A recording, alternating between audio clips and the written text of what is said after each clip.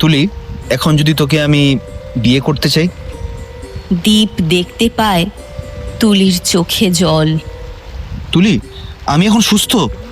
তোমার কষ্ট আমায় দাওনি, তোমার তোমার সুখ কি করে নেব বলো? অচেনা ভয়, সাথে অনুভূতির মায়া এবং রহস্যের অন্তর্জাল ঝুলিতে নিয়ে হাজির আমরা একটুখানি গপ্পে। আজকে আপনারা শুনবেন এই প্রেমের সপ্তাহে একটি প্রেম ও বিচ্ছেদের গল্প। লেখিকা সোনাই ঢালির কলম থেকে আবারও দেখা হবে।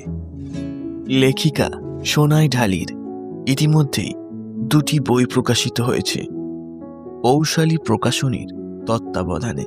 একটি হলো রহস্য জানতে নেই, আরেকটি স্বপ্নলগ্না। আপনারা চাইলে বইগুলি সংগ্রহ করতে পারেন। তাহলে শুরু হচ্ছে আজকের গল্প, আবারও দেখা হবে। এই তুলি, এই তুলি, এই দাঁড়া দাঁড়া, আরে শুনতে পাচ্ছিস? ও দাদা, ওই হলুদ জামাকে একটু দাঁড়াতে বলুন না প্লিজ। রাস্তার ওপর চিৎকার করতে করতে দীপ মোড়ের মাথায় চলে এসেছে। প্রায় 200 মিটার দূরে রাস্তার ওপারে একটি মেয়ে নিজের মনে হেঁটে চলেছে। দুপুরের সময়ে রাস্তা প্রায় ফাঁকা। রাস্তার বাম দিকে কিছু অটো দাঁড়িয়ে, প্যাসেঞ্জার নেই। চালক কয়েকজন নিজেদের মধ্যে বসে গল্প করছে। ও দিদি, ও দিদি, ও হলুদ জামা দিদি, আপনাকে ওই ছেলেটা ডাকছে, শুনতে পাচ্ছেন? আরে ও দিদি। একজন মধ্যবয়স্ক ভদ্রলোক তুলিকে ডেকে বলতে তুলি কানের হেডফোন খুলে জিজ্ঞেস করলো, আমাকে কিছু বলছেন? আপনাকেই বলছি দিদি, পিছন ফিরে দেখুন, ওই দাদা আপনাকে ডাকছে। তুলি অবাক দৃষ্টিতে পিছন ফিরে দেখল, ওকে এই মাঝ দুপুরে আবার কে ডাকবে? মনে মনে একটু আশ্চর্য হয়ে যাকে দেখল তাকে দেখে ওর চোখ ছোট হয়ে এলো। দিদি, ঠিক দেখছি আমি? ততক্ষণে দীপ ছুটে চলে এসেছে তুলির সামনে। তুলির চোখ জুড়ে বিস্ময়, প্রশ্ন, রাগ, অভিমান সব কিছু খেলা করছে। ফাঁকা রাস্তা আরো ফাঁকা মনে হচ্ছে ওর। সত্যি কি দীপ? কেন এতদিন পর? দীপ তুলির এক্কেবারে কাছে চলে এসে সরাসরি তুলির চোখের দিকে তাকালো।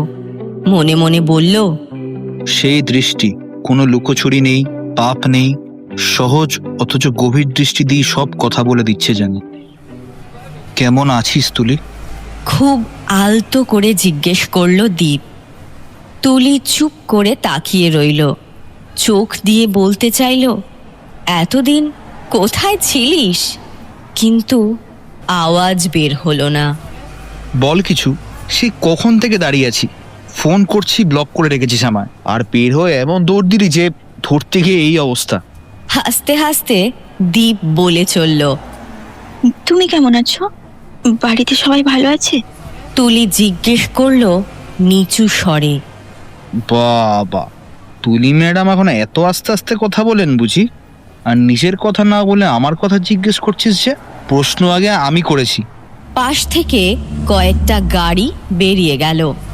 গাড়ির মধ্যে থাকা প্যাসেঞ্জার অবাক দৃষ্টিতে দীপের দিকে তাকিয়ে আছে, যেন অস্বাভাবিক কিছু। দীপ বুঝতে পারল, কিন্তু কারণ বুঝল না। তুলি হঠাৎ তাড়াহুড়ো করে বলল, দীপ, মনে আছে আমাদের একদিন তারা মায়ের মন্দিরে যাওয়ার কথা ছিল, আমাদের আলাপের প্রথম দিকে? মনে আছে, তোকে বলেছিলাম দেখা করতে। কথা ছিল গঙ্গার ধারে ওই মন্দির তোর খুব প্রিয়, কিন্তু আমাদের আর যাওয়া হয়নি। সে তো হয়নি অনেক কিছুই, তুই আমায় কত কথা দিয়ে রাখিসনি। তুলি, আজ এতদিন পর এলাম, আজ পুরনো কথা রেখে আমার কথা প্লিজ শোন। তারা মায়ের মন্দিরে চল, তবে ওখানে বসেই কথা হবে। যেন বহু দিনের আকাঙ্ক্ষা জড়িয়ে আছে এই ইচ্ছেতে। এমন একটা আকুল হয়ে বলে ফেলল তুলি। চল তুলি, এবার তোর সব ইচ্ছে পূরণ হওয়ার সময় এসেছে। দীপ এই কথা বলার পর তুলি রহস্যজনক হাসি হেসে উঠল। এই তুলিকে দীপ চিনতে পারল না। রাত প্রায় 10টা। দীপ ভট্টাচার্যের ফোনে একটি অচেনা নম্বর থেকে মেসেজ এলো। নমস্কার, নমস্কার, কি ব্যাপার? আপনাদের পত্রিকায় একটি লেখা পাঠানোর জন্যই মেসেজ করেছি। পাঠান। তুলি একটি লেখা পাঠিয়ে দিয়েছিল দীপকে। ঠিক তার পরদিন তুলির কাছে মেসেজ আসে। অভিনন্দন, আপনি একজন নির্বাচিত লেখিকা। তুলি প্রথম তার লেখা কোনো পত্রিকায় দিয়েছিল এবং সেই লেখা নির্বাচিত হয়েছে। এক অনাবিল আনন্দে তার মন ভরে গিয়েছিল। তার সাথে শুরু হয়েছিল ওদের পরিচয় পর্ব। দীপ চ্যাটার্জি বয়সে তুলির থেকে বড়, জীবনের সফলতার চূড়ান্ত শীর্ষে পৌঁছে আবার দেশে ফিরেছেন। কলকাতার সম্ভ্রান্ত বনেদি বংশে জন্ম। জন্মসূত্রেই পেয়েছেন সঙ্গীতের শিক্ষা, শিল্পের শিক্ষা। অন্যদিকে তুলি খুব সাধারণ পরিবারের সাধারণ মেয়ে। বিশেষ গুণ বলতে গেলে কিছুই নেই। জীবন যুদ্ধে টিকে থাকতে থাকতে কখনো ক্লান্ত, কখনো বা জিতে যাওয়া অধ্যায়ের মধ্যে দিয়ে এগিয়ে যাচ্ছে তার জীবন। আপনি এমন করে কথা বলেন, লেখেন, সব ব্যাপারেই যেন সাহিত্য করছেন। কি যে বলেন আপনি! আপনার এফবি অ্যাকাউন্ট ঘুরে এলাম, ছবি মুক্তগদ্যতে ভরা। ভারী জীবনশক্তি আপনার। কিছুই জানি না, যেটুকু যখন মনে হয় লিখে ফেলি। তবে কিছু জায়গা ঠিক করতে হবে, যদি মনে না করেন কিছু ধরিয়ে দেব। তুলি আর দীপের সম্পর্ক খুব তাড়াতাড়ি এগোতে থাকে। সাহিত্য, শিল্প ওদের সম্পর্কে অনুঘটক হয়েছিল। কিন্তু সময়ের ফের। তুলি অফিস যাবে বলে তৈরি হচ্ছে। অনেক রাত অবধি গতকাল কথা হয়েছে দীপের সাথে। বাড়িতেও কথাবার্তা এগিয়েছে। বেশ খুশি তুলি বহুদিন পর। এমন একজন মানুষ চেয়েছিল। দীপও তাই। তুলির শিশুসুলভ আচরণ, ওর প্রতি শ্রদ্ধা মিশ্রিত ভালোবাসা, বড় হওয়ার খিদে, জীবনী শক্তি দীপের সব পেছির জীবনে এক মুঠো নতুন আলো এনে দিয়েছিল। আজ ওদের আলাদা করে দেখা করার কথা সন্ধেবেলা।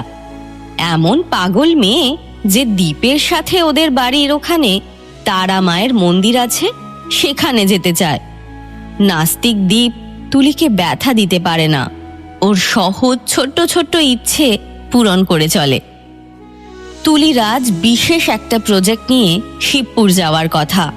ওকে র্যাপিডো বুক করে দিয়ে ঘুমোতে যাবে। এই সময় দীপের দিদি থমথমে মুখ নিয়ে বাড়ি এলো। কিরে, সকাল সকাল এমন মুখ কেন? তুই তোর ব্লাড টেস্টের রিপোর্ট জানিস? Blood test? ও হ্যাঁ, ঠিক ঠিক, বিয়ের আগে কিছু টেস্ট করে নিলাম আর কি। না, জানি না তো, রিপোর্ট দেয়নি। দিয়েছে, আমি নিয়ে এসেছি। তো কি হয়েছে? আরে মুখ এমন করে আছিস যে মস্ত বড় অসুখ ধরা পড়েছে। চিন্তা করিস না, তোর ভাইপো মানুষ করার জন্য রেডি হয়ে যা। দীপ, তুলি তোকে খুব ভালোবাসে, তাই না? ভীষণ রে। মেয়েটার ভালোবাসায় বাঁচতে ইচ্ছা করে, বহু বছর কাজ করতে ইচ্ছে করে, আরো বেশি গান কবিতা লিখতে ইচ্ছা করে। মেয়েটার মধ্যে কি যেন একটা আছে। আর তুই ওকে ভালোবাসিস? বাসি বলেই তো ওকে খুব তাড়াতাড়ি নিজের জীবনে নিয়ে আসতে চাই। দেখিস, আমাদের সংসার ভরিয়ে রাখবে। তোর যদি ক্যান্সার হয়ে থাকে, তুলির সাথে কি করবি দীপ? মানে কি বলছিস? দীপের দিকে রিপোর্ট বাড়িয়ে দিল ওর দিদি। কাগজগুলো দেখে দাঁড়িয়ে থাকা দীপ মাটিতে বসে পড়ল। উফ, এতবার করে ফোন করছি, ছেলেটা ফোন ধরছে না কেন? রেগে রেগে বলল তুলি। সন্ধ্যাবেলা দেখা হবে ওদের। মিষ্টি করে সেজে এসেছে তুলি। তুলির জীবনে প্রথম পুরুষ নয় দীপ, কিন্তু আজীবন লালিত স্বপ্ন ওর সামনে এখন। দীপ ওকে ভালোবাসে কম, স্নেহ করে অনেক বেশি। দীপ ওকে ওর বাবা ফিরিয়ে দিয়েছে, আবার প্রিয় বন্ধুও। তুলি নিজের অন্তরকে সবার সামনে দেখাতে পারে না, কিন্তু দীপ যেন ওকে পড়ে নিতে পারে। এবার ফোন না ধরলে এমন ঝগড়া করব না। বলতে বলতেই দীপের ফোন এলো। এক নিঃশ্বাসে যা কিছু বলে গেল তার মর্মার্থ এই যে তুলিকে বুঝতে ভুল করেছিল দীপ। ওর মতন বড় হয়েও বাচ্চাদের মতন ব্যবহার করা, সব ব্যাপারে দীপের উপর নির্ভর করা মেয়ে ওর পছন্দ নয়। ওর ঈশ্বর বিশ্বাস, সহজ সমর্পণ সবটাই ভীষণ রকমের সস্তা মনে হয় দীপের। তাই এই সম্পর্ক এগিয়ে নিয়ে যেতে চায় না। তুলি চুপ করে থাকে। কাল রাতেও যে মানুষটা, ওর পায়ের নিচে থেকে মাটি সরে যায়। তারা মায়ের মন্দিরে দুজনে প্রণাম করে। পাশের গঙ্গার তীরে বসে ওরা। তুলি, আমি জানি আমি যা করেছি সেটা অন্যায়, কিন্তু আমাকে কি ক্ষমা করা যায়? তুমি তো ঠিকই করেছো। আমায় ভালোবাসতে, তাই নিজের অসুখের কথা জেনে নিজেকে সরিয়ে নিয়েছিলে। তুই জানিস কতটা কষ্ট আমার হয়েছে। জানি, দেখতে পেয়েছি। তাই বুঝি আমার পাগল মেয়েটা। তুলি, এখন যদি তোকে আমি বিয়ে করতে চাই? দীপ দেখতে পায় তুলির চোখে জল। তুলি, আমি এখন সুস্থ। তোমার কষ্ট আমায় দাওনি, তোমার তোমার সুখ কি করে নেব বলো? তোকে শুধু ভালো দিতে চেয়েছি রে। গঙ্গার ধার ফাঁকা হলেও কয়েকজন ছিল, কিন্তু কিছু লোকজন ছিল তারা অদ্ভুত দৃষ্টিতে দীপকে দেখছে। বড্ড অস্বস্তি লাগছে ওর। তুলি বুঝতে পেরেই বলল, সেই সময় বলেছিলাম, মনে আছে? বিয়ে যদি করতে চাও তখন অভিভাবকের কাছে যাও, মনে আছে? সে মনে থাকবে না? তাই তো তোকে এত ভালোবাসি, কখনো কাউকে ক্রস করিস না। আজও তাই বলছি। কিন্তু আমি থাকবো না, তুমি আমার বাড়িতে আজকেই যাও। আমি একটা কাজে যাব। তুলি ম্যাডাম, এই কথাটা ফাইনাল তো? তোকে চেয়ে নিয়ে খুব তাড়াতাড়ি নিজের কাছে নিয়ে যাব। তুলি চুপ করে রইল। সন্ধ্যায় তুলির বাড়ির বারান্দায় বসে আছে দীপ আর তুলির মা। তুলি কাজে চলে যাওয়ার পর দীপ সরাসরি ওর বাড়িতে আসে। দরজা খোলেন মমতা দেবী। 2 বছর পর দেখলেও চিনতে পারে দীপকে। তাকে দেখেই মুখটা আলোয় ভরে ওঠে। তুলি বলেছিল তুমি আসবে ঠিক। মানে ও জানিয়েছে আপনাকে?